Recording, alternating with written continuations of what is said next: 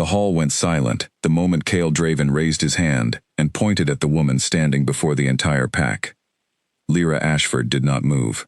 She stood in the center of the great stone hall, candlelight flickering against the high windows, hundreds of eyes fixed on her face. Her heart pounded so hard she was sure the wolves closest to her could hear it. She had waited 3 years for this moment, the moment her fated mate would finally claim her in front of their people. Instead, she watched his jaw tighten, and his eyes turn cold as frost. "I reject you," Cale said, his voice carrying to every corner of the hall. "You are not fit to stand beside me as Luna. You are weak. You bring nothing to this pack." A gasp rippled through the crowd. Somewhere near the back, a woman whispered in shock. Lyra felt the words strike her like a blow, but she refused to let her face show it.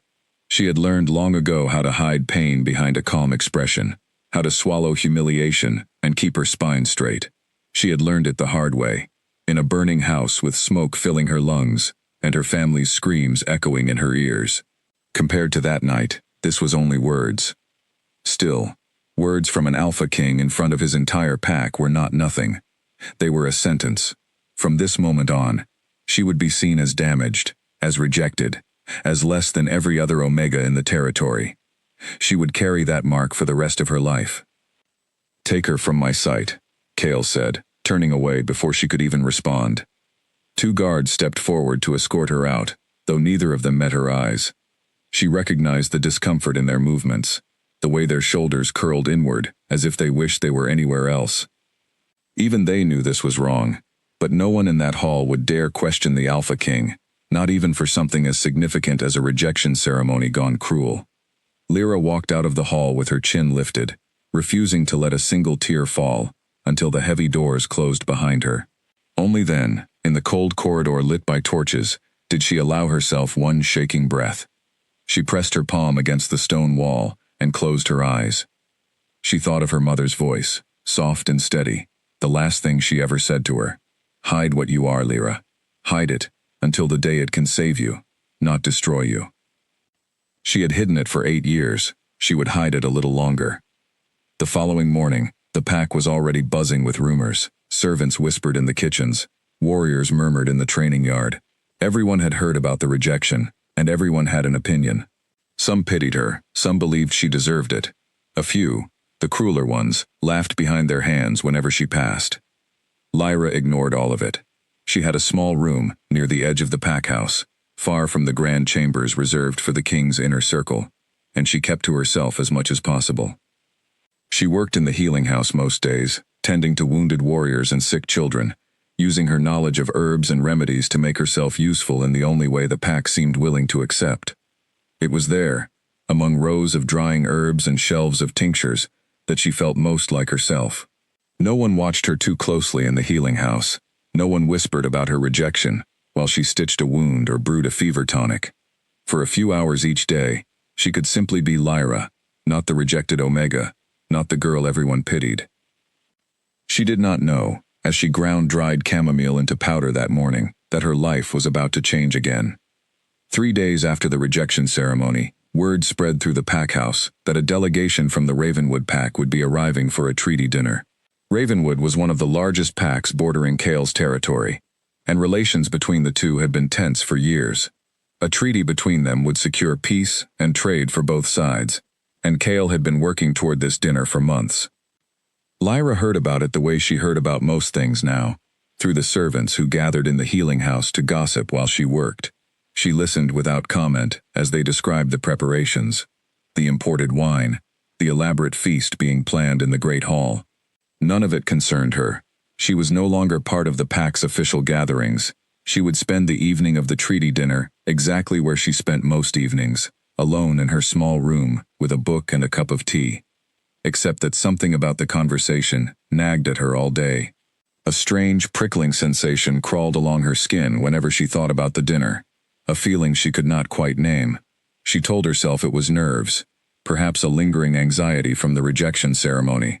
But as the day wore on, the feeling grew stronger instead of fading. By evening, when the sun dipped low and the great hall began filling with warriors dressed in their finest clothing, Lyra found herself standing near the servants' entrance, drawn there by an instinct she could not explain. She told herself she only wanted to see the Ravenwood delegation, that her curiosity was harmless. But the closer she got to the hall, the stronger the prickling sensation became, until it felt less like curiosity and more like dread. She was an Omega, and everyone believed Omegas possessed no special abilities beyond gentleness and healing.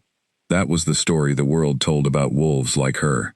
But Lyra had always known there was more to her than that story allowed. She had felt things before. Small warnings, faint whispers of danger that others could not sense. She had never told anyone. To reveal such a thing would draw attention she could not afford, especially attention from a pack that had already decided she was worthless. Tonight, though, the warning was too strong to ignore. She slipped through the servants' entrance and made her way along the narrow passage that ran behind the great hall, the one used by kitchen staff to bring food to the tables without disturbing the main gathering. Through a gap in the curtain, she could see the hall in full splendor. Long tables draped in deep red cloth, silver plates gleaming under the candlelight. Warriors from both packs seated across from one another, their expressions carefully neutral, the tension between them masked by polite conversation. At the head of the table sat Cale, dressed in a black tunic embroidered with silver thread, his dark hair pushed back from his face. Even from a distance, even after everything he had done to her, Lyra felt her breath catch at the sight of him. The mate bond inside her chest pulled tight, an ache she had tried for years to ignore. Beside him sat the Ravenwood Alpha, a broad man with a graying beard and sharp eyes that missed nothing. Between them, a young woman moved along the table, pouring wine from an ornate silver pitcher into each goblet with practiced grace. Lyra recognized her as one of the newer servants, hired only a few weeks earlier from a neighboring village. She had a pleasant smile and quiet manners, the kind of servant no one paid much attention to. Yet as the woman poured wine into Cale's goblet, the prickling sensation along Lyra's skin turned into something sharper, something closer to alarm. Lyra watched the woman's hands. They moved smoothly, without hesitation, exactly as a well-trained servant's hands should move. But something about the angle of her body, the way she positioned herself slightly apart from the table, the way her eyes flicked toward the door for just a fraction of a second, sent a cold wave down Lyra's spine. She could not explain how she knew. She only knew, with a certainty that settled into her bones, that something was wrong with that goblet. Her mind raced. She could call out, but that would draw attention to herself. And worse, it might cause a scene that ended in chaos before anyone understood the danger. She could find a guard, but by the time she explained herself, if anyone even believed a rejected Omega, it would be too late. Cale was already reaching for his goblet, his fingers curling around the stem, his attention on something the Ravenwood Alpha was saying. Lyra did not think, she acted. She slipped through the gap in the curtain, moving low and quick along the shadowed edge of the hall, where the candlelight did not quite reach. No one noticed her, not with so many eyes fixed on the Alpha King and his guest. She kept her breathing steady, her steps silent, years of moving unnoticed through the pack house finally serving a purpose greater than avoiding whispers and stares.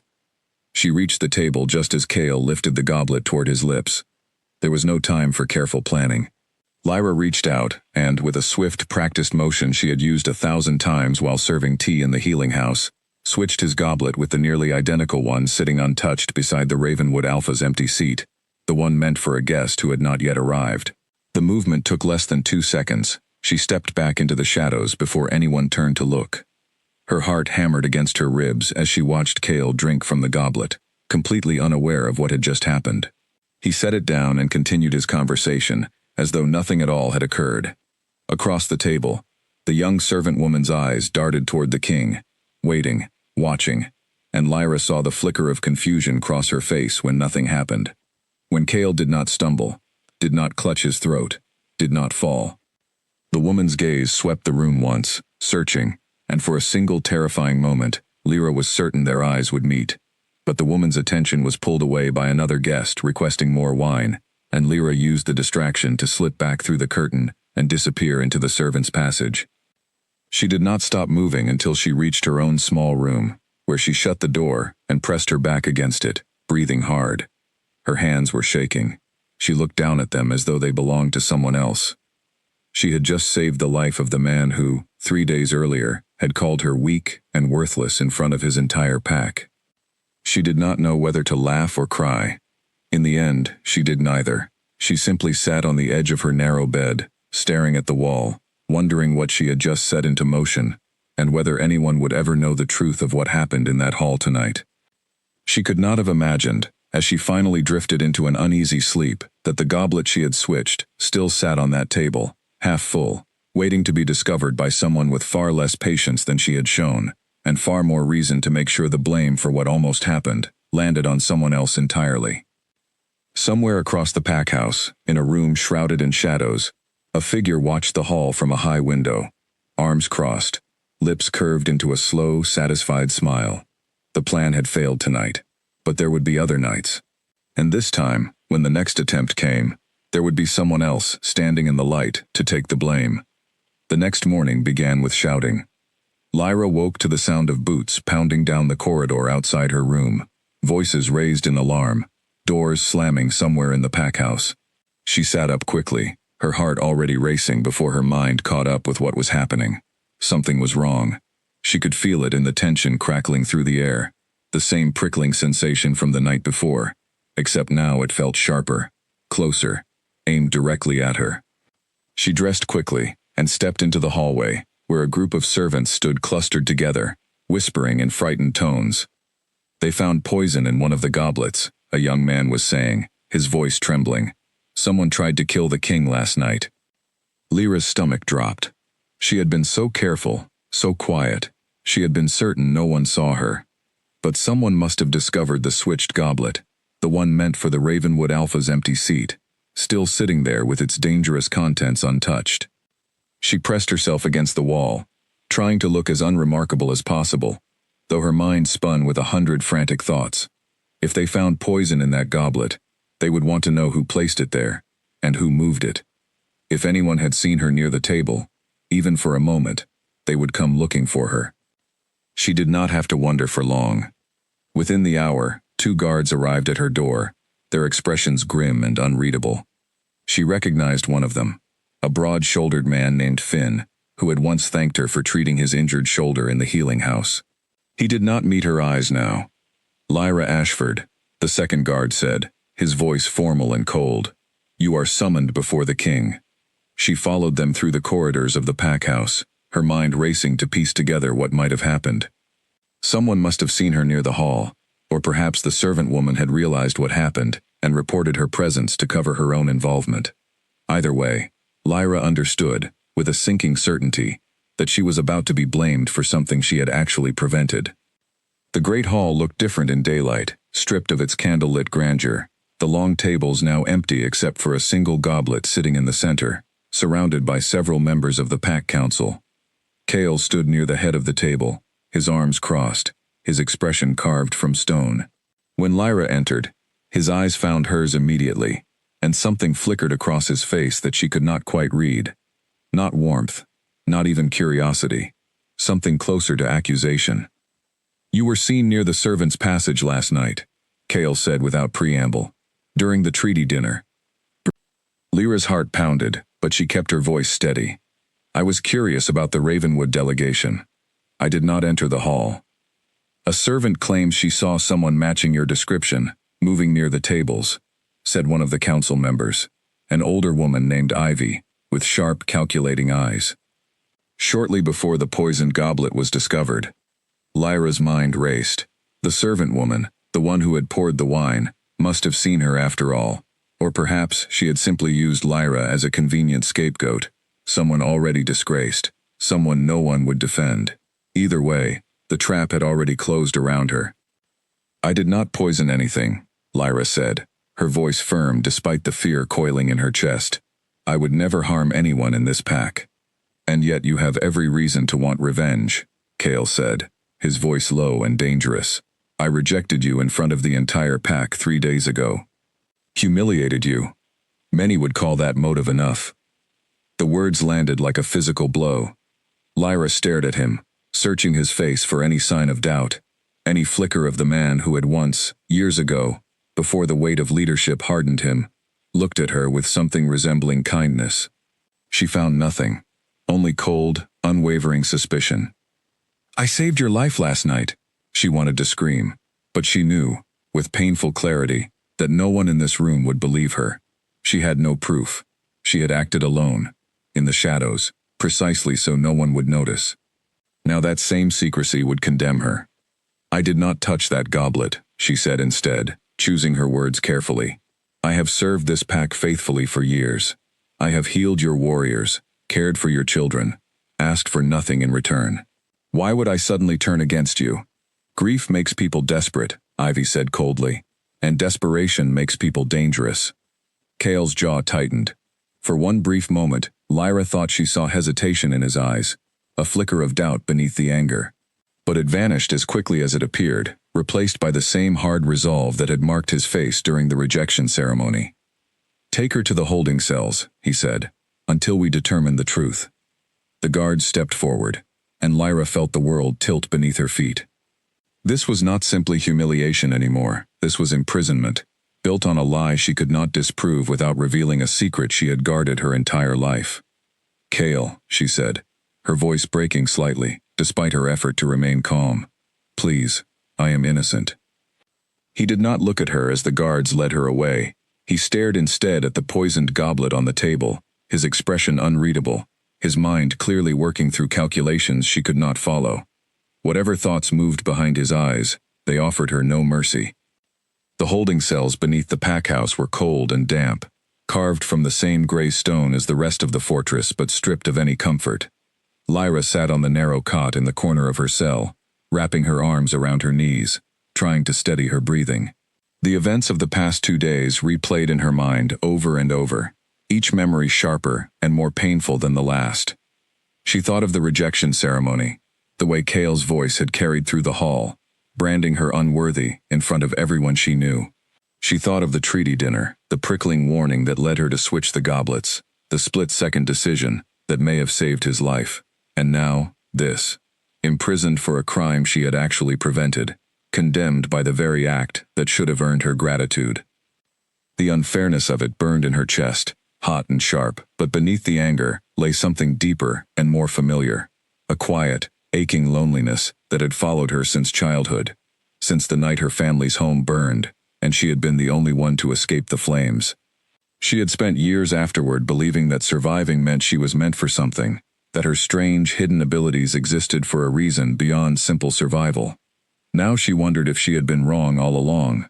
Perhaps she was meant only to suffer, to be blamed, to be discarded by the very people she tried to protect.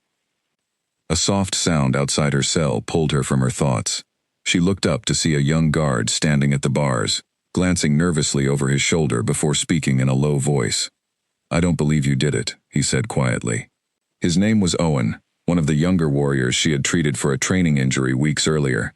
"You've never been anything but kind, to me or anyone else in this pack." Lyra offered him a small, grateful smile, though it did little to ease the ache in her chest.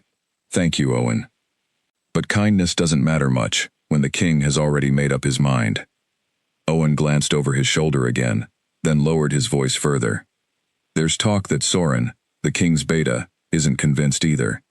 He's been asking questions since this morning, quiet ones, the kind he doesn't want the council to hear. Maybe he'll find something that clears your name." Hope, fragile and uncertain, flickered in Lyra's chest at his words. She had always respected Soren from a distance, a steady, thoughtful man who seemed to weigh his words carefully, and rarely acted without reason. If anyone in the pack might look past the obvious accusation and search for the truth, it would be him. "Thank you for telling me," she said, "and for not believing the worst." Owen nodded, then glanced once more toward the corridor, before slipping away, leaving Lyra alone again, with her thoughts and the cold silence of the cell. She did not know how long she sat there before exhaustion finally overtook her, but when she closed her eyes, her dreams carried her back to the moment she switched the goblets, the fear and adrenaline pulsing through her veins, the fleeting satisfaction of knowing she had done something right, even if no one would ever know it. She woke sometime later to the sound of raised voices echoing faintly from somewhere above the holding cells. She could not make out the words, only the tension carried in the tone, sharp and urgent. Something was happening in the pack house, something beyond her small, isolated cell. She rose from the cot and moved to the bars, straining to listen, her heart pounding, with a mixture of fear and cautious hope. Whatever was unfolding above her, she could only pray it might, somehow, bring her closer to the truth she desperately needed the pack to see. For now, all she could do was wait, alone in the dark, holding on to the fragile thread of hope that Owen's words had given her, and wondering whether the king who had branded her a traitor would ever come to understand the sacrifice she had made to save him. Days passed, though Lyra lost precise count of them in the windowless dark of her cell. Meals came at irregular intervals, delivered by silent guards who refused to meet her eyes. Water grew stale in the wooden cup left just out of easy reach.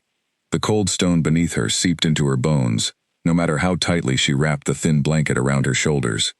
But it was not the physical discomfort that wore her down the most. It was the isolation, the crushing silence, the endless hours with nothing to do but relive every moment that had brought her to this place. She thought often of her childhood, of a time before the fire, before the loss, before she learned to hide the parts of herself that made her different.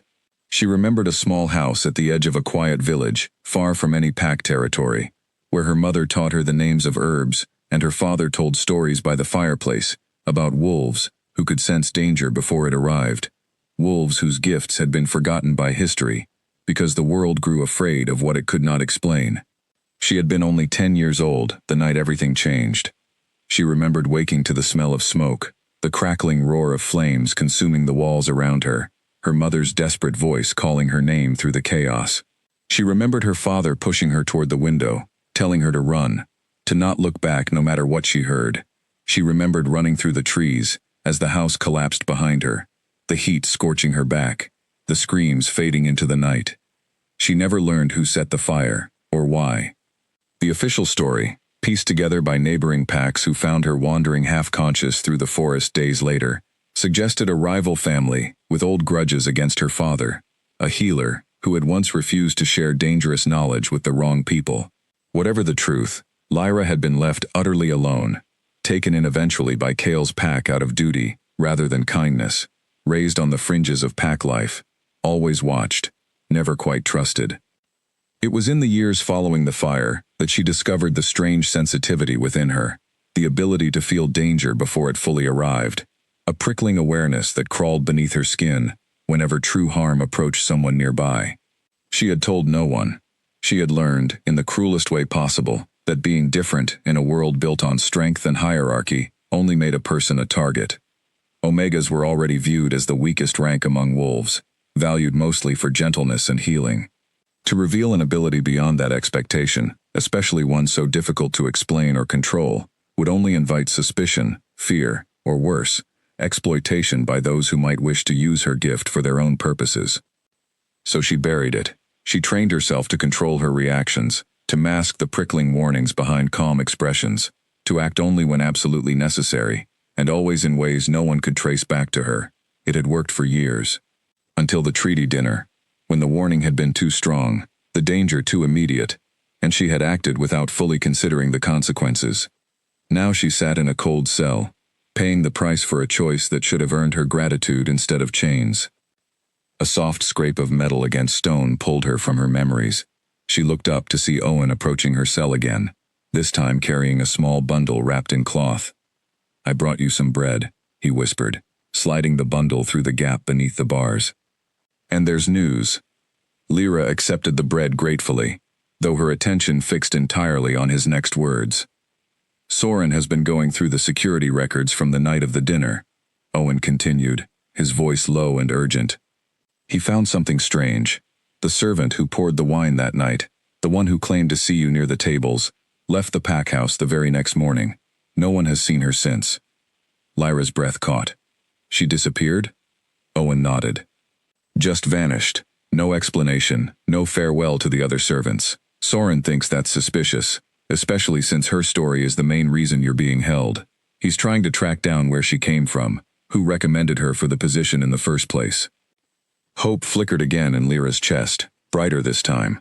If Soren could trace the mysterious servant's origins, perhaps he might uncover the truth behind the poisoning attempt, and perhaps that truth would finally clear her name.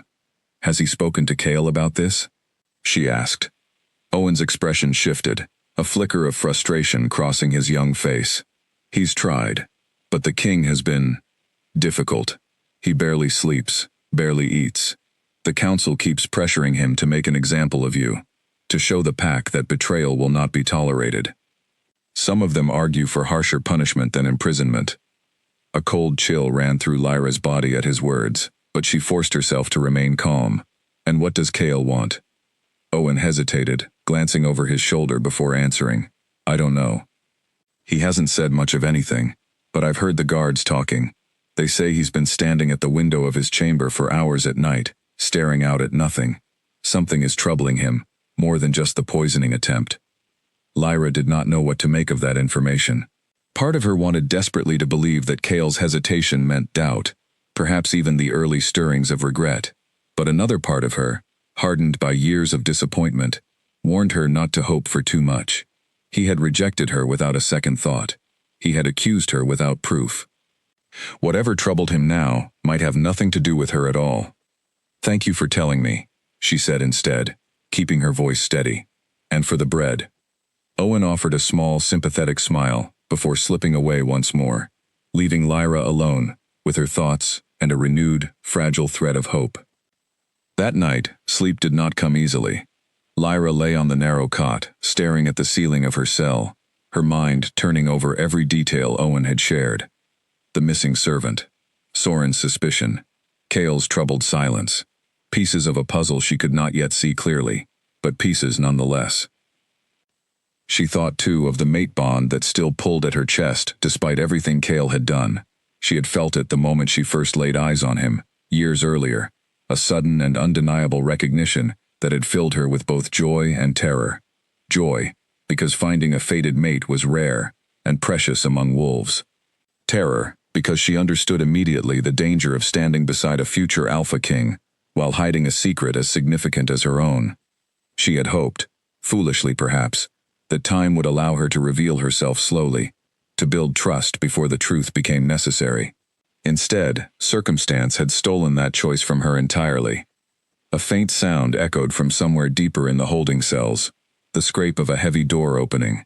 Lyra sat up quickly, straining to listen. Footsteps approached, slow and deliberate, accompanied by the flicker of torchlight growing brighter against the stone walls. She expected Owen, perhaps returning with more news. Instead, when the light finally illuminated the corridor outside her cell, she found herself staring into the sharp, calculating eyes of Ivy, the council member who had spoken so coldly against her during the interrogation. "You're awake," Ivy said, her voice carrying none of the warmth one might expect from a late-night visit. "Good. I have questions, and I expect honest answers." Lyra rose slowly from the cot, keeping her expression carefully neutral despite the wariness coiling in her stomach. "I've already told the truth. I did not poison that goblet." "Perhaps not," Ivy said, tilting her head slightly, studying Lyra with an intensity that felt almost predatory. "But I don't believe your presence near the hall that night was simple curiosity either. You've always been careful, Lyra. Quiet, watchful, not the kind of person who wanders into dangerous situations without reason." Lyra said nothing, uncertain where this conversation was heading, uncertain whether Ivy suspected the truth or was merely fishing for information to use against her. "I've served this pack for over 30 years, Ivy continued, stepping closer to the bars. "I've seen many things in that time. Wolves who hide abilities out of fear. Wolves who bury their true nature because the world taught them it was safer to be smaller than they truly are." Her sharp eyes narrowed slightly. "You remind me of someone I once knew, someone who also carried a gift she was too afraid to reveal." Lyra's heart pounded, though she kept her face carefully blank. "I don't know what you mean." Ivy studied her for a long moment, the silence stretching taut between them, before finally stepping back with a small, unreadable smile. "Perhaps I'm mistaken, or perhaps you simply aren't ready to trust me yet." She turned to leave, then paused, glancing back over her shoulder. "For what it's worth, I don't believe you poisoned that goblet either. But belief alone won't be enough to save you. You'll need proof, or an ally willing to fight for you when the council demands harsher punishment." With that, she disappeared back into the shadows of the corridor, leaving Lyra alone once more, her mind spinning with new questions and a fragile, uncertain hope that perhaps not everyone in the pack had already condemned her. She sat back down on the cot, wrapping the thin blanket tighter around her shoulders, and allowed herself, for the first time since her imprisonment began, to imagine a future beyond these cold stone walls. A future where the truth finally came to light, where the pack saw her not as a traitor, but as someone who had quietly, selflessly, saved the life of the very man who had cast her aside. Whether that future would ever arrive, she could not say. But for tonight, she chose to hold on to the hope Owen and Ivy had unknowingly given her, and to trust that somewhere beyond these walls, the truth was slowly, carefully, being uncovered. Soren had not slept properly in 3 days. He sat in the small study adjoining the king's chambers, surrounded by scattered papers, ledgers, and reports gathered from the packhouse guards who had been on duty the night of the treaty dinner. A single candle burned low on the desk beside him, its wax pooling in uneven rivers across the wood. He rubbed his eyes and reached for the next report, determined to find the thread that would unravel the truth, no matter how long it took. As Kale's beta and closest confidant, Soren had spent years learning to read people, to notice the small inconsistencies that others missed. It was a skill that had served the pack well in negotiations and disputes, and it was a skill he now applied relentlessly to the mystery surrounding the poisoned goblet. Something about the entire situation felt wrong to him, had felt wrong from the very first moment the accusation against Lyra surfaced. He had known her for years, had watched her tend to injured warriors with a gentleness that never wavered, had seen the quiet dignity with which she carried herself, even after the humiliation of her rejection. It did not fit, not the careful, controlled woman he knew, suddenly turning to violence in a moment of desperate revenge. He set aside the guard reports and pulled out the personnel records for the newly hired servants, searching once again for the name of the woman who had poured the wine that fateful evening. Mara Bell, the records listed, hired only 3 weeks before the treaty dinner, recommended by a trading contact from a village near the northern border. Soren frowned, studying the recommendation letter attached to her file. Something about the handwriting nagged at him, a familiarity he could not quite place. He had seen similar handwriting before, somewhere in the packhouse records, though he could not remember exactly where. He spent the better part of an hour combing through old correspondence, comparing handwriting samples, before finally finding a match buried in a stack of trade agreements from the previous year. The recommendation letter for Mara Bell had been written in the same hand as several letters exchanged between the packhouse and Damon, the king's cousin. Soren sat back in his chair, his mind racing. Damon had never openly expressed ambition for the throne, at least not in Soren's presence. But there had always been an undercurrent of resentment in the way he spoke about Kale's leadership, a bitterness that simmered beneath his polite, carefully maintained exterior. Damon's father had once held significant influence within the Pack Council, influence that had diminished considerably after Kale's father named Kale as his successor over other potential candidates from extended bloodlines. It was not proof, not yet. A shared handwriting style between a recommendation letter and old trade correspondence could be coincidence, or it could simply mean Damon had assisted with hiring paperwork as part of his administrative duties within the pack. But combined with the servant's sudden disappearance the morning after the poisoning attempt, the pattern felt too deliberate to ignore. Soren gathered the documents carefully, intending to bring them before Kale the following morning, when a soft knock interrupted his thoughts. He looked up to find Kale himself standing in the doorway, dark circles shadowing his eyes, his usually composed expression tight with exhaustion. "You're still awake," Kale said, stepping into the study and glancing at the scattered papers across the desk. "So are you," Soren replied evenly. "Trouble sleeping?" Kale did not answer immediately. He moved to the window instead, staring out at the moonlit training yard below, his jaw tight with something Soren recognized as unspoken turmoil. "I keep dreaming about her," Kale finally admitted, his voice quiet, almost reluctant. "Lyra. In the dream. She's standing near the dinner table, and she reaches for something, moves so quickly I almost miss it. And then she's gone, disappeared into shadows before anyone notices." He paused, running a hand through his hair. "I wake up every time feeling like I'm missing something important, something right in front of me." Soren studied his friend carefully, weighing whether this was the right moment to share what he had discovered. He decided it was. "I think you might be," he said, gesturing toward the documents spread across the desk. "I've been investigating the poisoning attempt. The servant who claimed to see Lyra near the tables, Mara Bell, vanished the morning after the dinner, and her recommendation letter appears to share handwriting with correspondence linked to Damon." Kale turned sharply from the window, his exhaustion momentarily forgotten, replaced by sharp, focused attention. Damon? I can't prove anything definitively yet, Soren said carefully. But the pattern is troubling. And there's something else. He hesitated, choosing his next words with care. I reviewed the security notes from the guards stationed near the hall that night. None of them recall seeing Lyra enter the main dining area. The only sighting came from Maribel herself, in the servants' passage, which she claimed placed Lyra near the tables. But no other witness corroborates that account.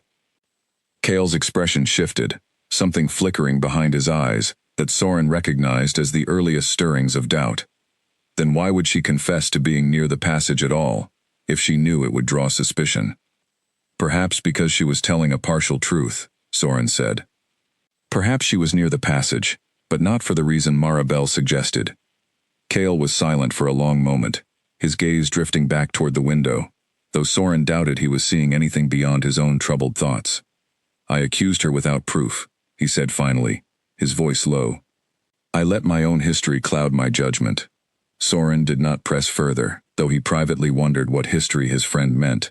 Cale rarely spoke of his past, particularly the years before he ascended to Alpha King, and Soren had learned long ago not to push where Cale was unwilling to open the door himself. What do you want to do? Soren asked instead. Cale was quiet for a long moment before answering. Keep investigating. Quietly, for now. If Damon is involved, I don't want to alert him before we have enough evidence to act. And find out everything you can about Maribel's true origins. Someone recommended her to this pack, and I doubt it was purely coincidence that she arrived just weeks before the treaty dinner. Soren nodded, already turning back to the papers on the desk with renewed determination. Cale lingered by the window a moment longer, his thoughts clearly still tangled around the dream that had disturbed his sleep for the past several nights. Soren, he said quietly, before his beta could fully return his attention to the documents. If she truly is innocent, if I imprisoned my own fated mate for a crime she did not commit, what does that make me? Soren looked up, choosing his words carefully. It makes you someone who acted out of fear, rather than reason, like most alphas raised to distrust vulnerability. But it also makes you someone capable of correcting that mistake, if you're willing to face the truth once it comes to light. Cale did not respond, but something in his posture eased slightly, as though Soren's words had settled some small measure of the turmoil weighing on him. He left the study a short while later, retreating to his own chambers, though sleep, Soren suspected, would remain elusive for him a while longer. Soren returned his attention to the documents scattered across the desk, determined to uncover whatever remained hidden. He worked well into the early hours of the morning, cross-referencing trade records, correspondence, and personnel files, slowly piecing together a picture that grew more troubling with each new discovery. By the time dawn began to lighten the sky outside his window, Soren had confirmed what he suspected. Damon had, on more than one occasion over the past year, recommended new hires for positions within the pack house, always through indirect channels, always carefully distanced from his own name. It was a pattern that, taken alone, might mean nothing. But combined with Maribel's sudden disappearance and the mysterious poisoning attempt, it painted a picture Soren could no longer ignore. He gathered the most damning documents into a leather folder, intending to present them to Cale as soon as the king woke, and allowed himself, for the first time in days, a small measure of relief. The truth was beginning to surface, slowly but surely, and with it, perhaps, a path toward clearing Lyra's name and uncovering the true traitor hiding within their midst. Whatever Damon's ultimate goal might be, Soren intended to expose it before it cost anyone else their freedom, or their life. A scream shattered the quiet of the pack house before dawn had fully broken. Soren was on his feet instantly, the leather folder of evidence forgotten on the desk as he rushed toward the sound, his instincts sharpened by years of training. He found a young kitchen maid standing frozen near the storage cellar, her face pale, her hands trembling as she pointed toward the open door behind her. Someone broke in, she stammered, during the night. The herb stores, they're destroyed. Soren pushed past her and descended the narrow stairs into the cellar, where he found chaos. Shelves overturned, jars shattered across the stone floor, dried herbs and medicinal supplies scattered and crushed beneath what appeared to be deliberate, furious destruction. This was not the work of an ordinary thief searching for valuables. This was targeted, purposeful, meant to send a message. He crouched down and examined the wreckage more closely, his sharp eyes catching something the maid had missed in her panic. A small, folded piece of parchment tucked beneath an overturned shelf, deliberately placed rather than dropped by accident. He unfolded it carefully. The words were simple, written in a hurried but deliberate hand. Some secrets are better left buried. Stop digging before someone else gets hurt. Soren's jaw tightened. Whoever was behind the poisoning attempt clearly knew he had begun investigating, and they were growing desperate enough to issue warnings. He folded the parchment carefully and tucked it into his pocket, his mind already racing through the implications. If Damon truly was responsible, and if he now suspected Soren was closing in on the truth, the situation had become far more dangerous than a simple political scheme. He climbed the stairs quickly, intent on informing Kale immediately, only to find the king already waiting in the corridor above, his expression grim as he took in the news from the frightened maid. "The herb stores," Kale said, his voice tight.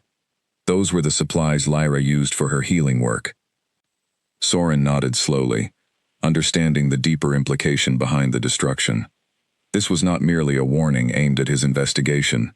It was also a message aimed at erasing any trace of Lyra's usefulness to the pack. Another small cruelty layered atop the accusations already stacked against her. "I found this," Soren said, handing over the folded parchment. Kale read it quickly, his expression darkening further with each word. "They know we're looking into this," Kale said. "It seems so," Soren agreed. "Which means we need to move carefully, but quickly. If Damon feels cornered, there's no telling what he might do next." Kale's eyes hardened with a resolve Soren had not seen since the earliest days of his reign, when the young Alpha King had first proven himself capable of decisive, unflinching leadership. "Then we corner him properly. Gather everything we have. I want answers today." Soren spent the following hours assembling every piece of evidence he had uncovered, while Kale, restless and unable to remain idle, made his way toward the holding cells beneath the pack house. He told himself it was simply to reassess the situation, to determine whether Lyra's continued imprisonment still made sense given the mounting evidence against Damon. He told himself many things during that walk through the cold stone corridors, none of which fully explained the tightness in his chest as he approached her cell. He found her sitting quietly on the narrow cot, her knees drawn up to her chest, staring at nothing in particular. She looked thinner than he remembered, the days of imprisonment clearly taking their toll, though she lifted her chin the moment she noticed him standing beyond the bars, refusing to let him see her diminished. "Come to accuse me of something else?" she asked, her voice carrying a quiet, weary edge that struck him harder than outright anger would have. "No," Kale said, surprising himself with the honesty of his answer. "I came to ask you something." She studied him warily but said nothing, waiting. "The night of the treaty dinner," he said slowly, "were you near the servants' passage for a reason you haven't told me?" Something shifted in her expression, a flicker of surprise quickly masked by careful neutrality. "Why do you ask?" "Because none of the guards recall seeing you enter the main hall. Only Mara Bell claims to have seen you, and she vanished the very next morning without explanation." He paused, watching her closely. "I want the truth, Lyra, whatever it is." For a long moment, she said nothing, her gaze dropping to her hands folded in her lap. Kale could see the internal struggle playing across her features, the visible weighing of some decision she clearly did not take lightly. "If I tell you the truth," she said finally, her voice barely above a whisper, "will you actually believe me? Or will you simply find another reason to condemn me?" The question landed with unexpected weight. Kale realized, with a discomfort he was unused to feeling, that he had given her every reason to doubt his willingness to listen. He had accused her without proof. Why would she trust him now? Simply because he stood outside her cell, asking careful questions. "I don't know what I believe anymore," he admitted quietly, "but I want to know the truth, whatever it costs me to hear it." She studied him for a long moment, searching his face for something, sincerity perhaps, or simply the smallest sign that this conversation might lead somewhere different than every previous encounter between them. Whatever she found seemed to tip some internal balance, because she finally spoke, her voice quiet but steady. "I felt something was wrong that night," she said. "A warning, the kind I've felt before, though I've never told anyone about it. I can sense danger sometimes, before it fully arrives. It's not something I chose or trained for. It simply happens, and it has since I was a child. Cale listened carefully, saying nothing, though his mind raced to reconcile this admission with everything he thought he understood about Omegas, about wolves in general, about the woman standing, or rather sitting, before him now. I felt it while I was near the healing house, she continued. A pull, almost like dread, centered somewhere near the great hall. I told myself it was nothing, but the feeling grew too strong to ignore, so I went to see for myself, and I watched through the servants' passage as Maribel poured wine into your goblet. She paused, her voice tightening slightly. Something about the way she moved, the way she watched the door, told me the danger I felt was connected to that goblet specifically. Cale's chest tightened, a cold understanding beginning to dawn even before she finished speaking. What did you do? I switched your goblet with an empty seat's untouched one, the moment you reached for it, she said. I didn't have time to think it through. I only knew I had to act before it was too late. Silence stretched between them, heavy and absolute. Cale stared at her, the pieces of the dream that had haunted him for days, suddenly clicking into painful, undeniable clarity. She reaches for something, moves so quickly I almost miss it. He had not been dreaming of some abstract danger. He had been dreaming, somehow, of the truth, buried just beneath the surface of his own certainty. You saved my life, he said slowly, the words feeling foreign and heavy on his tongue. And you imprisoned me for it, Lyra said, though there was no triumph in her voice, only a quiet, exhausted sorrow. Cale pressed a hand against the cold stone wall beside her cell, steadying himself against the weight of what he had just learned. Every assumption he had built his accusation upon crumbled in an instant, replaced by a guilt so sharp it nearly stole his breath. He had branded her a traitor, imprisoned her, allowed the council to threaten her with worse punishment, all while she carried the truth of her innocence, and her sacrifice, silently within her cell. Why didn't you tell anyone sooner? He asked, though he already suspected the answer even before she spoke it. Because no one would have believed me, she said simply. An Omega, with a hidden ability no one has ever witnessed, claiming to have sensed danger through instinct alone. You would have called it madness, or worse. Evidence of exactly the kind of dangerous unpredictability you already believed made me unworthy to stand beside you. The truth of her words struck him harder than any accusation could have. She was right. Had she come forward with this claim before any proof existed, he likely would have dismissed it entirely, perhaps even used it as further justification for his rejection. It was only now, faced with mounting evidence pointing toward Damon's involvement, that her words carried the weight of undeniable truth. I'm sorry, he said, the words feeling inadequate even as he spoke them. I should have trusted you. I should have looked deeper before condemning you so completely. Lyra studied him for a long moment, her expression unreadable. Apologies won't undo the past several days, Cale. They won't undo the humiliation of the rejection ceremony, or the fear I've felt sitting in this cell, wondering if I would ever be believed. I know, he said quietly, but I intend to make this right, starting now. He turned and called for the guard stationed at the end of the corridor, his voice carrying the unmistakable authority of command. Release her, immediately. The guard hesitated only a moment before hurrying to comply, producing the keys and unlocking the cell door. Lyra rose slowly from the cot, her legs slightly unsteady after days of confinement, though she refused any assistance as she stepped through the open door and into the corridor. This doesn't mean I forgive you, she said quietly, meeting his eyes with a steady, unflinching gaze. You've hurt me twice now, once in front of the entire pack, and once by locking me away for a crime I prevented. Trust isn't rebuilt with a single apology. I understand, Cale said, and he meant it fully. I don't expect forgiveness. I only ask for the chance to prove, through actions rather than words, that I intend to be better than the man who wronged you. Lyra said nothing further, though something in her expression softened almost imperceptibly, a small crack in the careful wall she had built around herself since the moment of her rejection. She walked past him without another word, making her way slowly toward the healing house, toward whatever remained of her herb stores after the destruction wrought the night before. Cale watched her go, the weight of guilt settling heavily in his chest, mingled with a fierce, unfamiliar determination.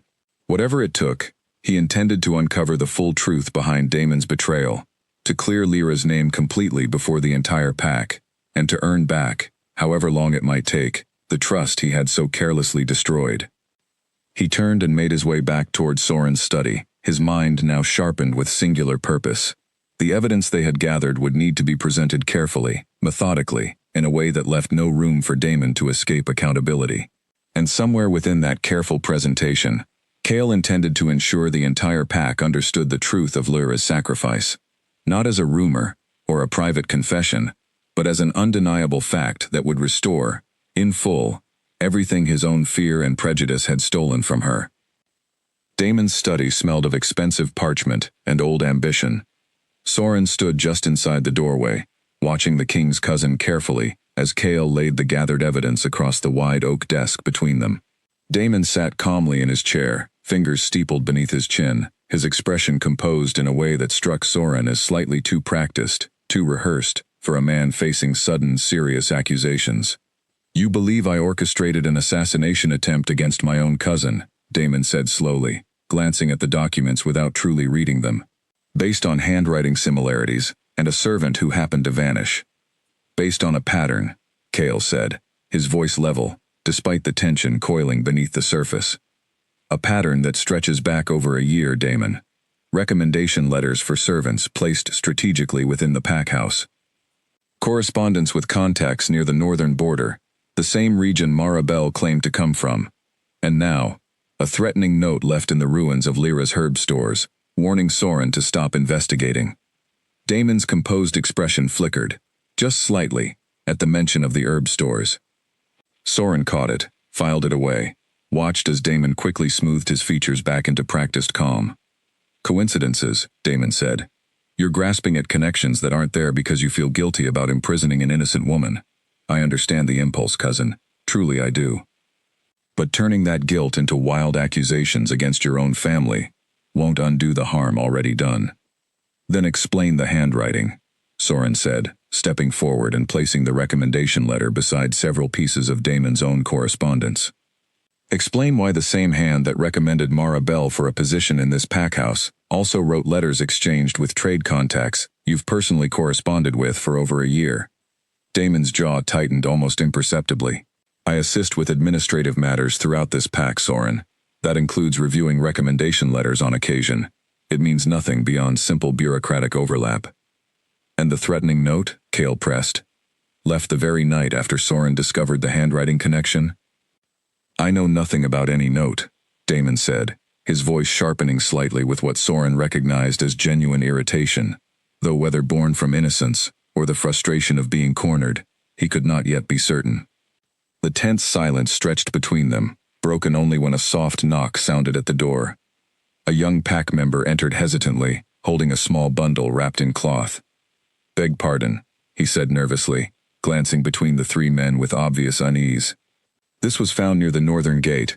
A courier was intercepted trying to leave the territory without proper documentation. He claimed he was delivering a message on behalf of Lord Damon." Damon's face paled visibly for the first time since the confrontation began. Cale took the bundle and unwrapped it carefully, revealing a sealed letter addressed to an unfamiliar name at a location near the northern border, the same region repeatedly connected to Mara Bell's supposed origins. Cale broke the seal and read the letter in silence, his expression growing darker with each line. When he finished, he set it down on the desk and looked directly at his cousin, his voice deadly quiet. "This letter instructs the recipient to ensure Mara Bell remains hidden and well compensated for her silence," Cale said. "It also references payment for services already rendered, regarding, and I quote, the removal of an obstacle to proper succession." The room fell utterly silent. Damon's carefully maintained composure finally shattered, replaced by something raw and desperate, as he realized the extent of the evidence now laid bare before him. "You don't understand," Damon said, his voice rising with something between anger and panic. "You were never meant to lead this pack, Cale. My father held more influence within the council for decades before your father pushed him aside, all because of a bloodline technicality. I was meant to inherit that influence, to guide this pack toward true strength. Instead, I've watched you make decision after decision driven by sentiment rather than strategy, weakening our position with every treaty, every compromise." "So you decided murder was an acceptable solution," Cale said, his voice cold with barely restrained fury. I decided the pack deserved better leadership than what you've provided, Damon snapped.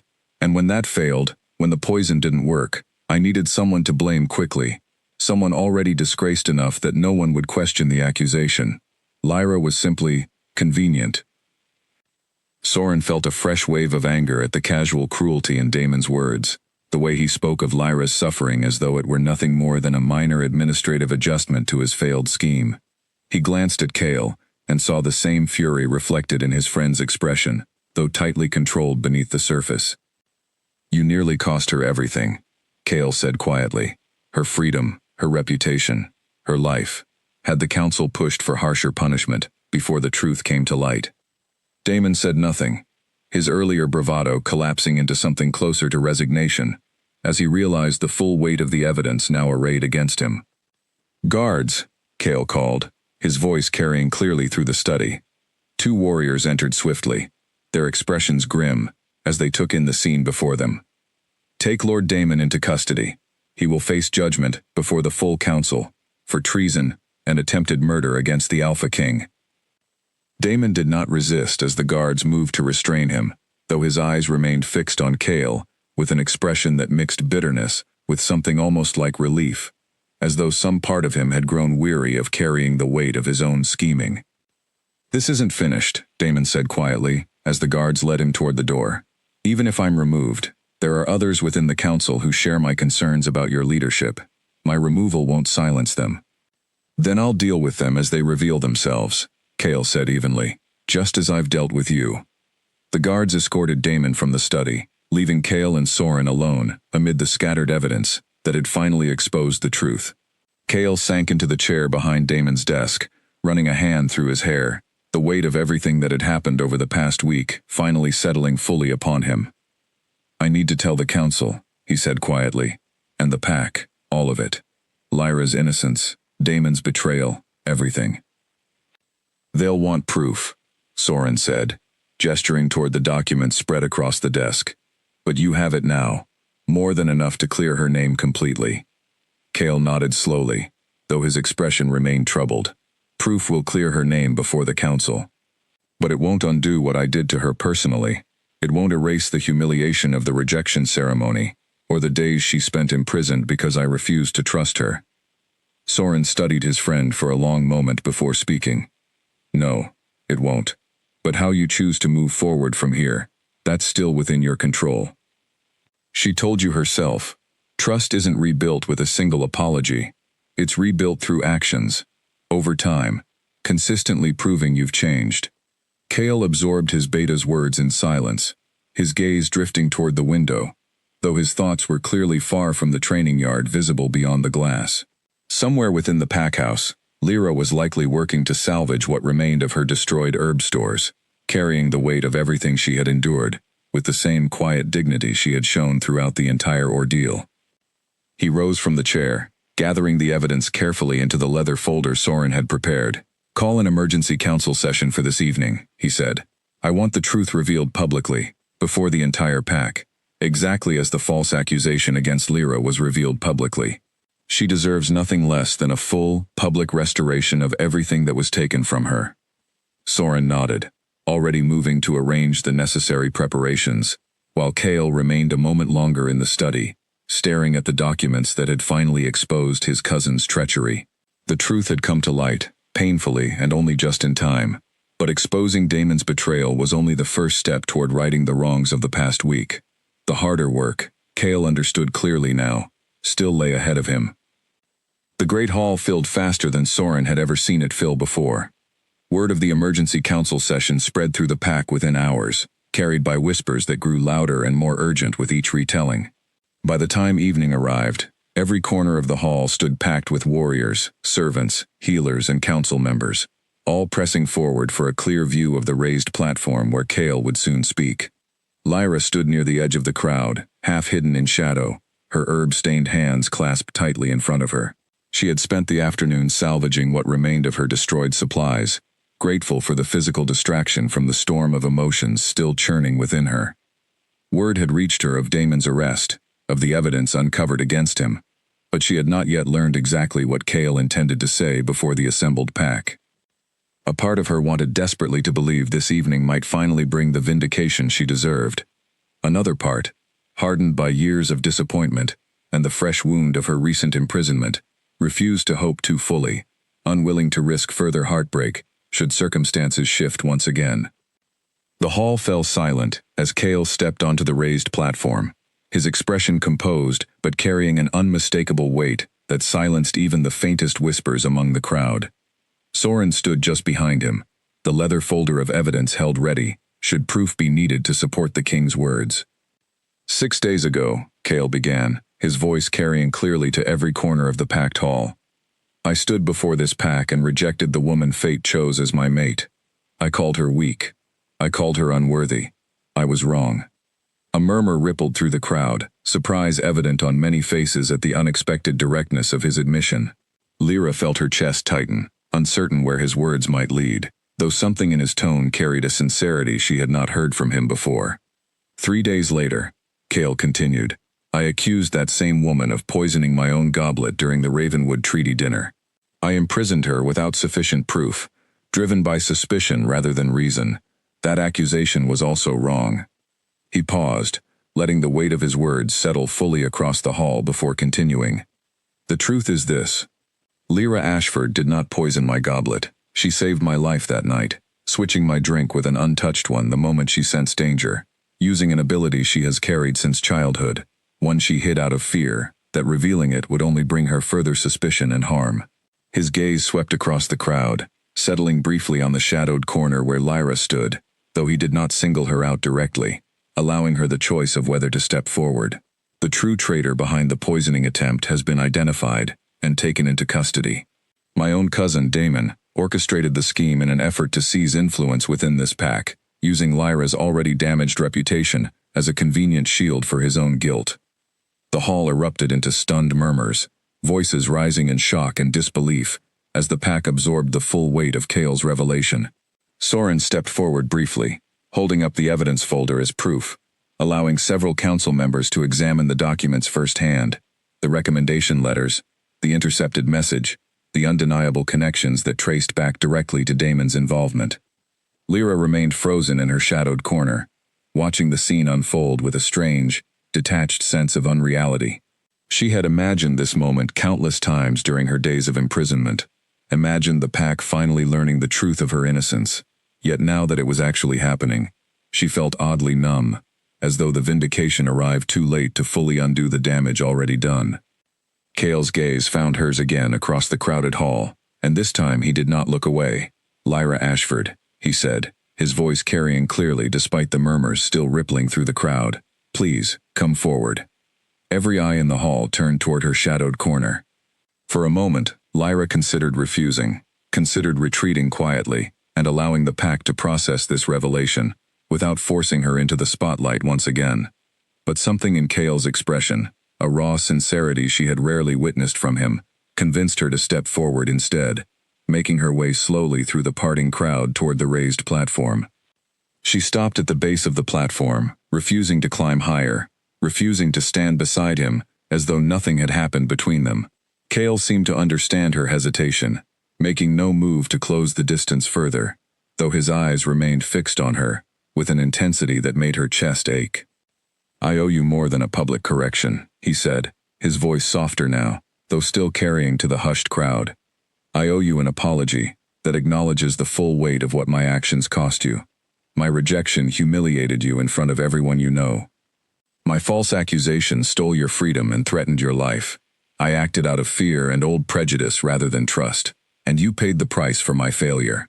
Lyra said nothing, her throat tight with emotions she could not fully untangle. Relief, vindication, lingering anger, and beneath it all, the fragile, unwelcome ache of the mate bond that still pulled toward him despite everything. I don't expect forgiveness tonight, Kale continued, his gaze never wavering from hers. I don't believe I've earned it yet. But I intend to spend however long it takes proving that the man standing before you now is not the same man who rejected you 6 days ago. The hall remained utterly silent, hundreds of eyes shifting between the king and the woman he had so publicly wronged, waiting to see how this moment would resolve. Lyra held his gaze for a long, weighted moment, aware of every eye upon her, aware of the strange, unprecedented vulnerability in Cale's expression, so different from the cold certainty that had marked the rejection ceremony less than a week earlier. "You have a long way to go," she finally said, her voice steady despite the emotion tightening her chest, before actions matched these words. "I understand," Cale said simply.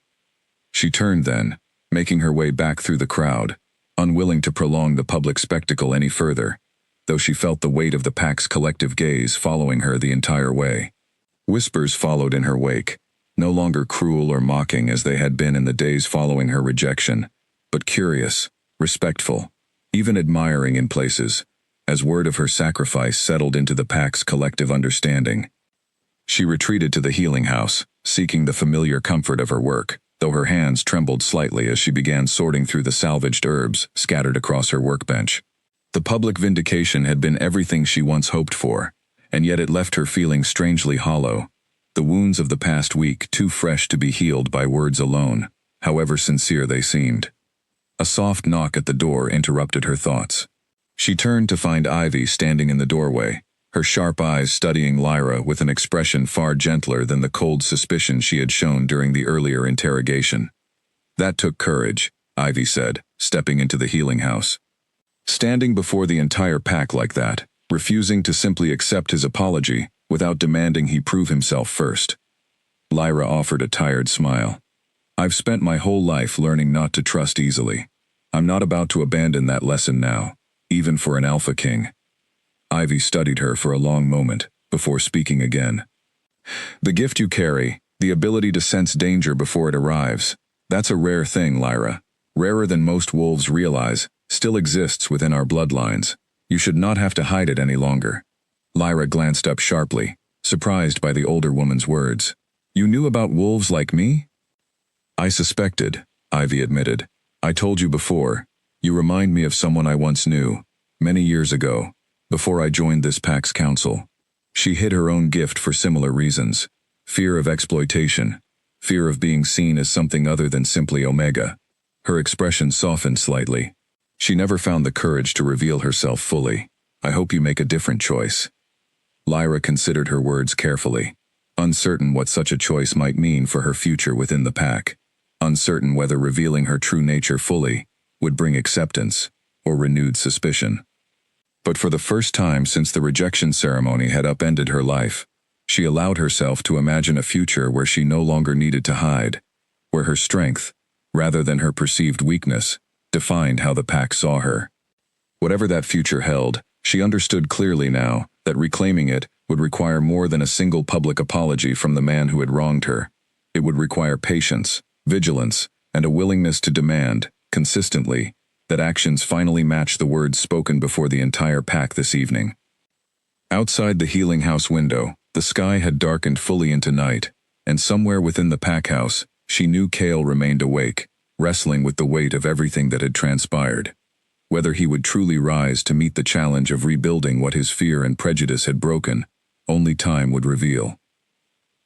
For now, Lyra returned to her salvaged herbs, finding a measure of peace in the familiar rhythm of her work, holding on to the fragile hope that perhaps, slowly and carefully, something good might yet grow from the wreckage of the past difficult week. The alarm bell rang out just after midnight, 3 sharp tolls that jolted the entire pack house awake. Cale was already moving before the 3rd toll finished echoing through the corridors, pulling on his boots and reaching for the blade he kept beside his bed. Soren met him in the hallway moments later, his expression tight with barely controlled alarm.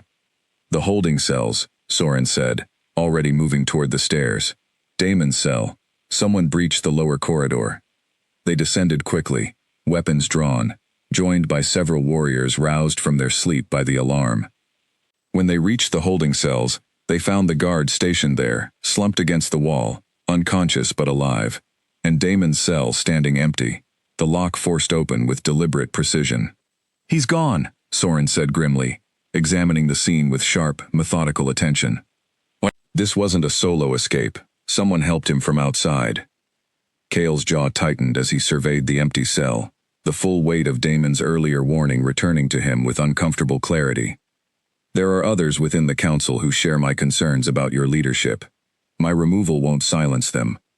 He had dismissed the threat as the desperate bluster of a cornered man, but now, staring at the empty cell, he understood he had underestimated the depth of his cousin's support within the pack. "Search the grounds," Kale ordered the assembled warriors. "Every corridor, every gate. He can't have gotten far." The warriors dispersed quickly, fanning out through the pack house and surrounding territory, while Kale and Soren remained behind, examining the scene for any clue that might reveal who had assisted in the escape. "This complicates everything," Soren said quietly. "If Damon has allies within the council itself, allies willing to risk treason to free him, then this threat is far from over." Kale said nothing for a long moment, his thoughts turning unexpectedly toward Lyra, toward the ability she had revealed, the sensitivity to danger that had already saved his life once. If genuine threat still loomed over the pack, perhaps her gift could prove valuable in ways beyond simple healing. He pushed the thought aside for the moment, focusing instead on the immediate crisis. "Double the guard along every gate. I want reports the moment anything unusual is spotted." The search continued through the remaining hours of night, though it yielded nothing beyond confirmation of what they already suspected.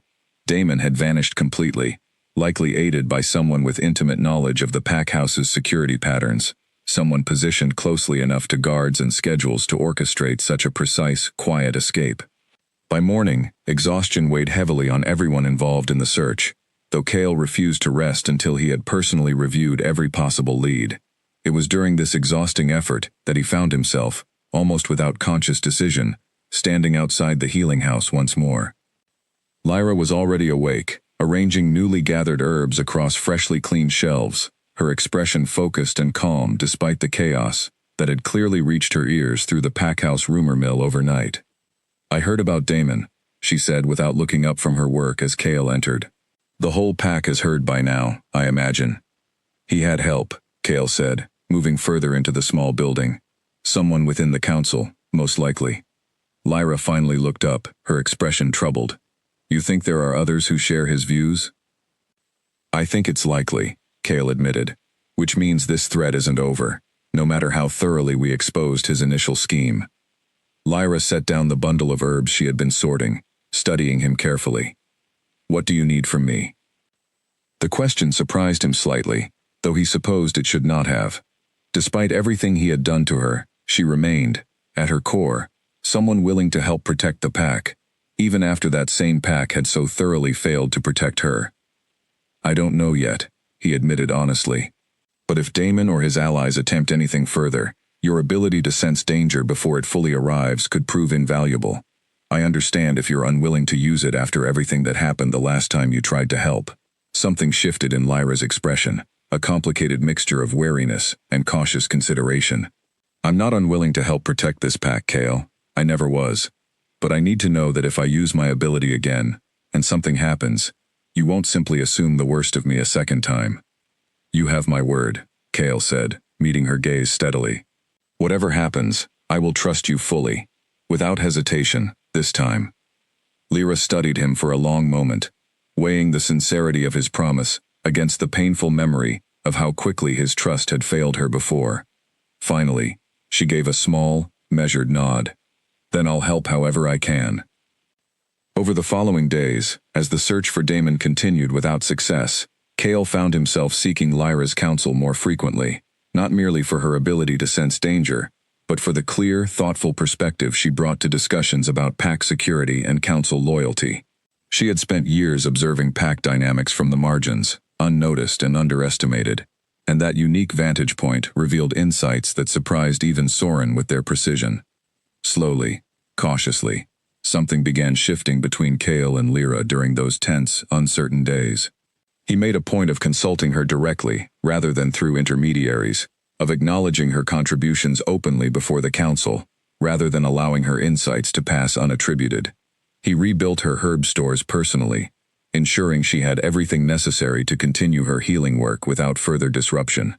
Small gestures, perhaps, compared to the depth of harm his earlier actions had caused, but consistent ones, repeated daily, with a patience that gradually, imperceptibly, began softening the guarded distance Lyra maintained around herself. She did not trust him fully, not yet.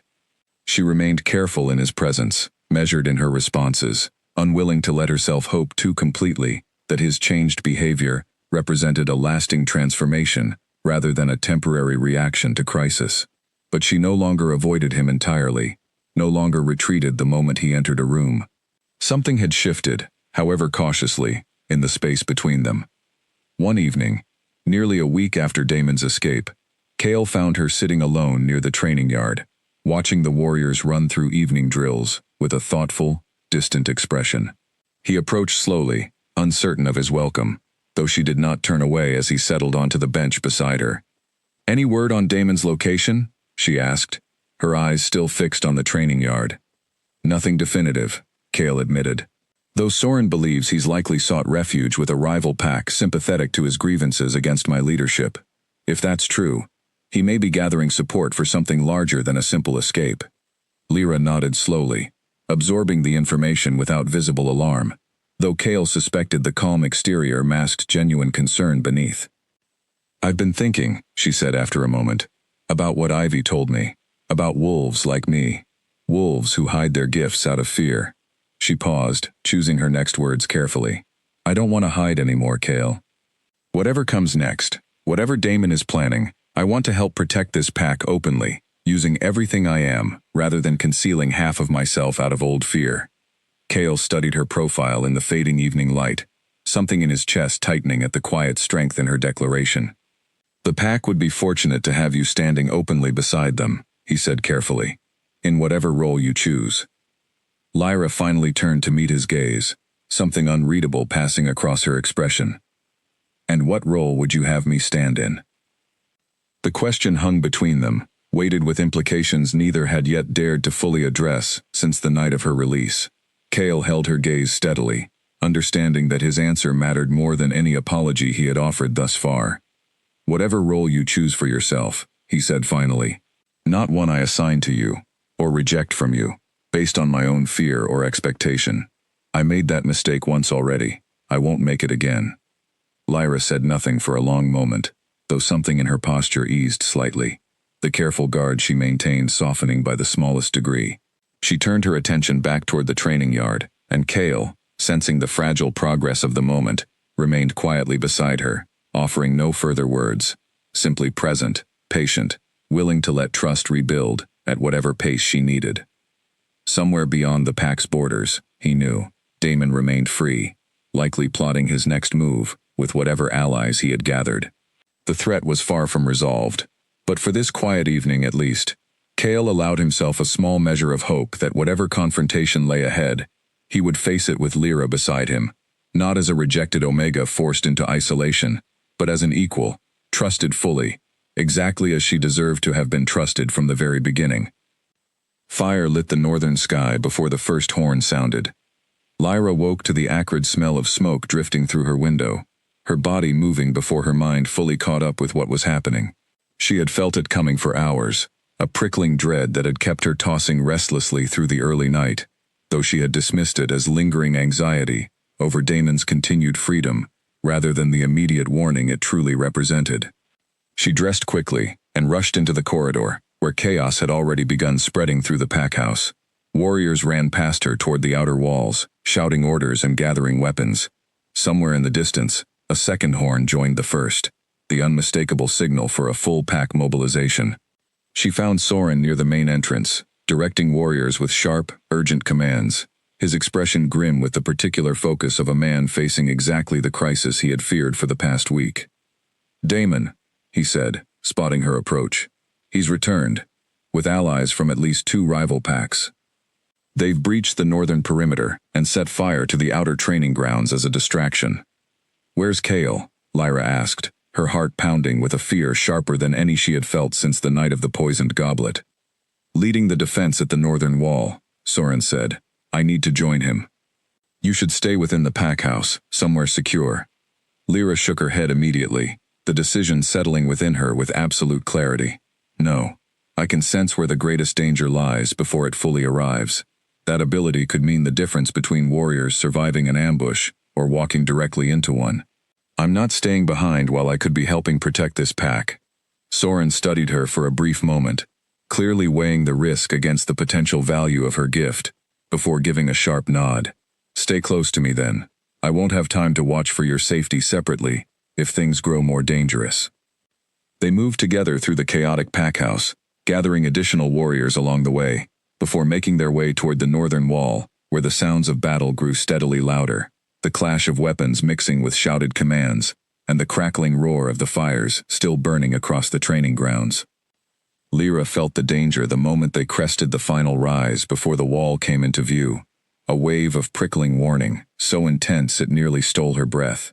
She grabbed Soren's arm sharply, pulling him back, just as an arrow whistled through the space where he had been standing a heartbeat earlier, embedding itself in the wooden post beside them. Ambush, she gasped. There, in the tree line to the east.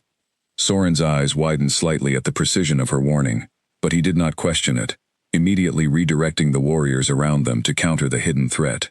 Within moments, several attackers were flushed from their concealed positions among the trees, engaged and subdued by the redirected warriors before they could inflict further damage. That's twice now you've saved lives with that gift, Soren said as they pressed forward once more toward the wall. Kale was right to trust you fully. Lyra said nothing, her focus already shifting toward the intensifying battle visible ahead. The northern wall, a chaotic scene of clashing warriors, illuminated by the flickering light of the still-burning training grounds. She spotted Kale immediately, fighting near the center of the defense, his movements sharp and controlled despite the chaos surrounding him, though even from a distance, she could see the exhaustion beginning to weigh on his warriors after the sustained assault. They joined the defense quickly, Lyra positioning herself near the rear of the fighting, where she could sense approaching threats without placing herself directly in the most dangerous crossfire, calling out warnings that allowed Kale's warriors to anticipate and counter attacks before they fully materialized. Time and again, her instincts proved sharper than anyone could have anticipated, guiding the pack's defense with an accuracy that began turning the tide of the chaotic battle. But as the fighting stretched on, Lyra felt a new warning building within her, sharper and more urgent than anything she had sensed thus far. She scanned the chaotic battlefield frantically, searching for the source of the escalating danger, until her gaze finally settled on a figure emerging from the smoke near the eastern gate. Damon himself, flanked by several heavily armed warriors from the allied packs, moving with deliberate purpose, directly toward where Kale continued fighting near the center of the defense. "Kale!" Lyra shouted, her voice cutting through the chaos with desperate urgency. "Behind you!" Kale spun immediately, his blade already rising to meet the attack Damon had launched the moment Lyra's warning reached him. The clash between cousin against cousin drew immediate attention from warriors on both sides, the fighting around them momentarily pausing as everyone recognized the significance of this particular confrontation. Lyra felt the danger intensifying with each passing second, the prickling warning within her growing so sharp it felt almost physical. A warning not just of general battle danger but of something more specific, more immediate, aimed directly at the man she had once been fated to stand beside. She pushed forward through the chaos, ignoring Soren's shouted warning to stay back, her focus narrowed entirely on the escalating confrontation between Kale and Damon. She watched as Damon pressed his attack with desperate, reckless fury, clearly understanding this confrontation represented his final opportunity to claim the throne he believed should have been his. Kale fought with controlled precision, his training and discipline evident in every measured movement, but exhaustion from the sustained battle had begun eroding the sharp edge of his defense. Lyra saw the moment Damon's blade found an opening, a glancing strike across Kale's forearm that drew blood and momentarily disrupted his balance. Something within Lyra shifted in that instant, a surge of protective urgency that overwhelmed every careful restraint she had maintained around her ability for years. The prickling warning, that had always remained a passive sense, a quiet whisper of danger, suddenly sharpened into something active, something that pulsed outward from her chest with tangible, undeniable force. She was not entirely certain, afterward, how to fully describe what happened next. She felt a surge of energy rush through her, an awareness that expanded beyond her own immediate senses, to encompass the entire battlefield, every warrior's position, every blade's trajectory, every gap in the pack's defense laid suddenly clear before her. She called out warnings and directions with rapid, unerring accuracy, her voice carrying an authority she had never before allowed herself to claim, and the warriors around her, sensing the sudden shift, began following her guidance without hesitation. The pack's defense reorganized rapidly under her direction, closing gaps that had left them vulnerable, countering attacks moments before they fully materialized, until the tide of the battle began shifting decisively in their favor. Damon's allied warriors, faced with a suddenly coordinated and precisely anticipated defense, began falling back in confusion, their earlier advantage evaporating beneath the weight of Lyra's unprecedented awareness. Kale, recovering from the glancing wound to his arm, pressed his advantage against Damon with renewed determination, the brief opening created by Lyra's warning allowing him to turn the confrontation decisively in his favor. Their blades clashed several more times before Kale finally disarmed his cousin completely, Damon's weapon skittering across the scorched ground as he stumbled backward, finally facing the full consequence of his desperate gambit. "It's over, Damon," Kale said, his blade held steady, his voice carrying clearly, despite the surrounding chaos.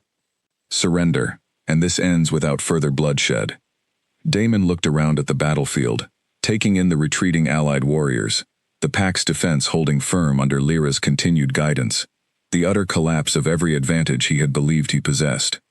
Something in his expression finally broke, the desperate ambition that had driven him crumbling into weary resignation. "I yield," he said quietly, dropping to his knees on the scorched ground. The remaining allied warriors, seeing their leader surrender, quickly followed suit, weapons lowering across the battlefield as the fighting drew to a ragged, exhausted close. Lyra felt the surge of heightened awareness slowly recede within her, leaving behind a bone-deep exhaustion that nearly buckled her knees, though she remained standing through sheer determination, watching as guards moved to secure Damon and his remaining allies. Kale made his way toward her through the chaotic aftermath, his expression a complicated mixture of relief, awe, and something deeper that Lyra could not quite name. "You saved this pack tonight," he said, his voice carrying quiet wonder. "All of us. Your ability, it's stronger than I ever allowed myself to use before," Lyra finished for him, her own voice unsteady with lingering exhaustion. "I've spent so long hiding it, suppressing it out of fear. I never realized how much more it could become if I simply let it." Kale studied her with an expression she had never seen from him before, something that looked remarkably like genuine admiration, entirely free of the fear or suspicion that had once colored his view of her. "You are not weak, Lyra. You never were. I was simply too blind, too bound by old prejudice, to see the strength standing right in front of me." Around them, the pack began the slow work of tending wounded warriors and extinguishing the remaining fires, the immediate crisis finally resolving into the exhausted relief of survival. Lyra looked out across the battlefield, at the warriors who had trusted her guidance without hesitation, at the pack she had helped protect, using the full measure of her hidden strength for the very first time.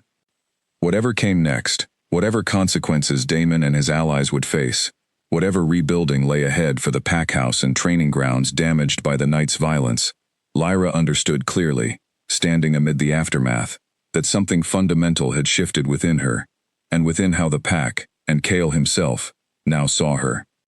She was no longer the rejected Omega, hidden and underestimated at the margins of pack life. Tonight, before the entire pack, she had proven herself something far greater, and there would be no returning to the shadows she had once been forced to occupy. 3 days after the battle, the great hall filled once more, though this time the air carried none of the tension that had marked the previous gathering. Lyra stood near the healing house window that morning, watching warriors carry the last of the debris away from the scorched training grounds, the physical scars of Damon's failed coup slowly fading beneath the pack's determined efforts to rebuild. She had spent the past 3 days tending to wounded warriors alongside the other healers, her hands rarely idle, though her mind kept returning to the strange, powerful surge of awareness she had experienced during the battle, still trying to understand the full depth of what she had discovered within herself. She had also spent those 3 days watching Kale, cautiously and carefully, as he moved through the aftermath of the crisis with a steadiness that surprised her. He had overseen Damon's formal judgment before the full council, ensuring the process remained fair despite the obvious severity of the betrayal, and had personally visited every wounded warrior recovering in the healing house, expressing gratitude that felt genuine rather than performative. He had rebuilt the destroyed sections of the training grounds with his own hands, alongside his warriors, refusing special treatment despite his position, and he had sought her counsel daily, on matters both large and small, treating her perspective with a respect that never wavered.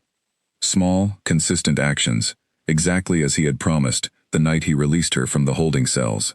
Slowly, cautiously, Lyra had felt something within her beginning to soften, the careful guard she had maintained, since the rejection ceremony easing by degrees. She had not fully noticed, until she found herself, almost unconsciously, seeking out his presence, rather than avoiding it. A soft knock at the healing house door pulled her from her thoughts. She turned to find Soren standing in the doorway, his expression carrying a hint of something that looked almost like anticipation. "Kale has called a full pack gathering," he said. "This evening, in the Great Hall. He's asked that you attend." Lyra felt a flicker of uncertainty at the request, memories of the previous gatherings, the rejection, the accusation, still fresh enough to stir a reflexive wariness within her. For what purpose? Soren's expression softened slightly. "I think that's something he should tell you himself, but I don't believe you have anything to fear from this gathering, Lyra. Quite the opposite, I suspect." She studied him for a long moment, searching for any hint of the answer he seemed to be withholding, before finally nodding. "I'll be there." The Great Hall that evening looked different from how she remembered it during the painful rejection ceremony weeks earlier. The same stone walls, the same flickering candlelight, but the atmosphere carried none of the cold formality that had marked that earlier gathering. Warriors and pack members filled the space with quiet anticipation rather than tense curiosity, many offering Lyra warm, respectful nods as she made her way toward the front of the crowd, a stark contrast to the whispered pity and cruel amusement she had endured in the days following her rejection. Kale stood on the raised platform, dressed in formal attire that reminded her, with a strange pang, of the treaty dinner, where everything had first begun to unravel. His expression, though, carried none of the cold authority he had shown during the rejection ceremony. Instead, she saw something closer to nervous anticipation, an emotion she had rarely witnessed from the composed Alpha King. 3 weeks ago, Kale began, his voice carrying clearly across the silent hall. "I stood on this platform and rejected the woman fate chose as my mate, calling her weak and unworthy, in front of everyone gathered here. I have spent every day since then working to understand exactly how wrong I was, and exactly what it would take to earn back what my fear and prejudice so carelessly destroyed." Lyra felt her heart pounding as she listened, uncertain where his words were leading, though the sincerity in his voice carried a weight she had come to recognize over the past several weeks of watching him prove himself through consistent action.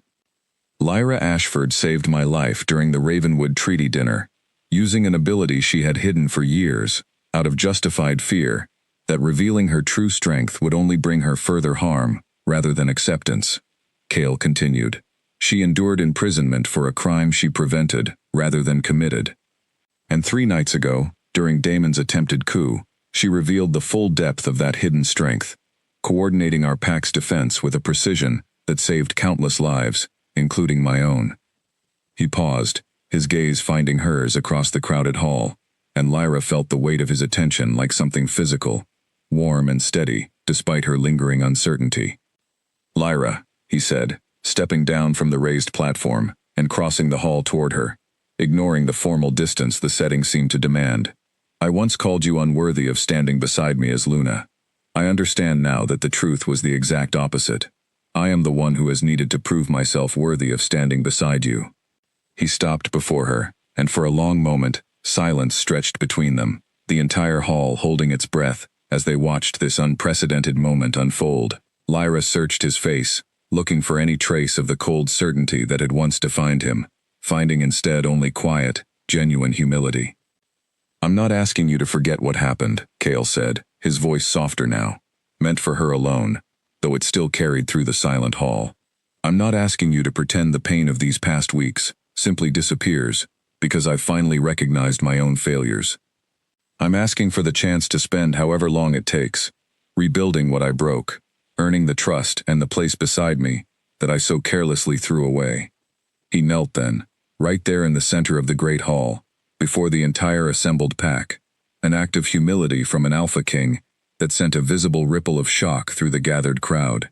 Lyra Ashford, I ask you, before this pack as witness, to accept the place beside me as Luna, not because fate demands it, but because I have finally come to understand exactly how much strength, wisdom, and grace you carry. Strength, I was too blind and too afraid to recognize when it mattered most. Lyra stood in stunned silence, the weight of the moment settling over her, mingling with the memory of every painful week that had led to this unprecedented scene.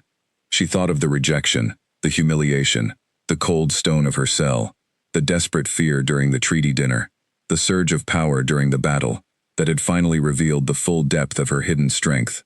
Every painful step had led, somehow, to this moment, kneeling before her, an alpha king asking, not simply for acceptance, but for the chance to earn something he clearly understood he did not yet fully deserve. She thought, too, of her mother's words, spoken so long ago in a house that no longer existed. Hide it until the day it can save you, not destroy you. She had hidden her strength for years out of fear.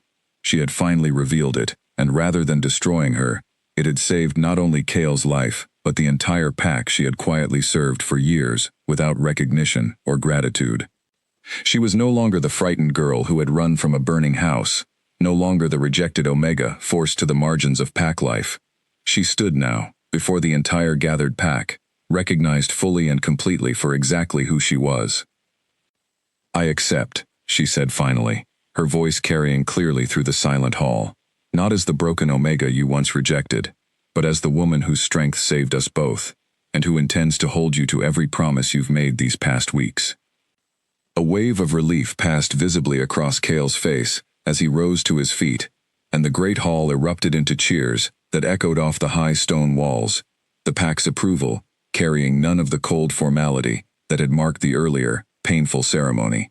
Kale reached for her hand, and this time, Lyra did not hesitate before accepting it, the warmth of his fingers closing around hers carrying a promise she finally allowed herself to believe. Later that evening, after the celebration had finally quieted and the great hall emptied into the cool night air, Lyra stood beside Kale near the training grounds, now fully rebuilt, watching the stars emerge across the clear sky above the pack house. You truly saved us all, Kale said quietly, his hand still holding hers with a gentle, steady warmth. Not once, but twice. And I nearly destroyed you both times before I finally understood what you were offering. You understood eventually, Lyra said, glancing up at him with a small, genuine smile. The first real smile she had allowed herself in weeks. That's what matters now. I intend to spend the rest of my life making certain I never forget that lesson again, Kale said, his voice carrying quiet, absolute sincerity. Lyra looked out across the peaceful training grounds, at the pack house standing steady and secure beneath the starlit sky, at the future stretching ahead of her, finally free of the shadows and secrecy that had defined so much of her life until now. She had endured rejection, imprisonment, and false accusation, and through it all, she had discovered a strength within herself she had never fully allowed herself to claim. She was Lyra Ashford, no longer hidden, no longer underestimated, standing at last exactly where she belonged, beside the man who had finally learned to see her true worth, as the true Luna this pack had always needed, even before they understood it themselves.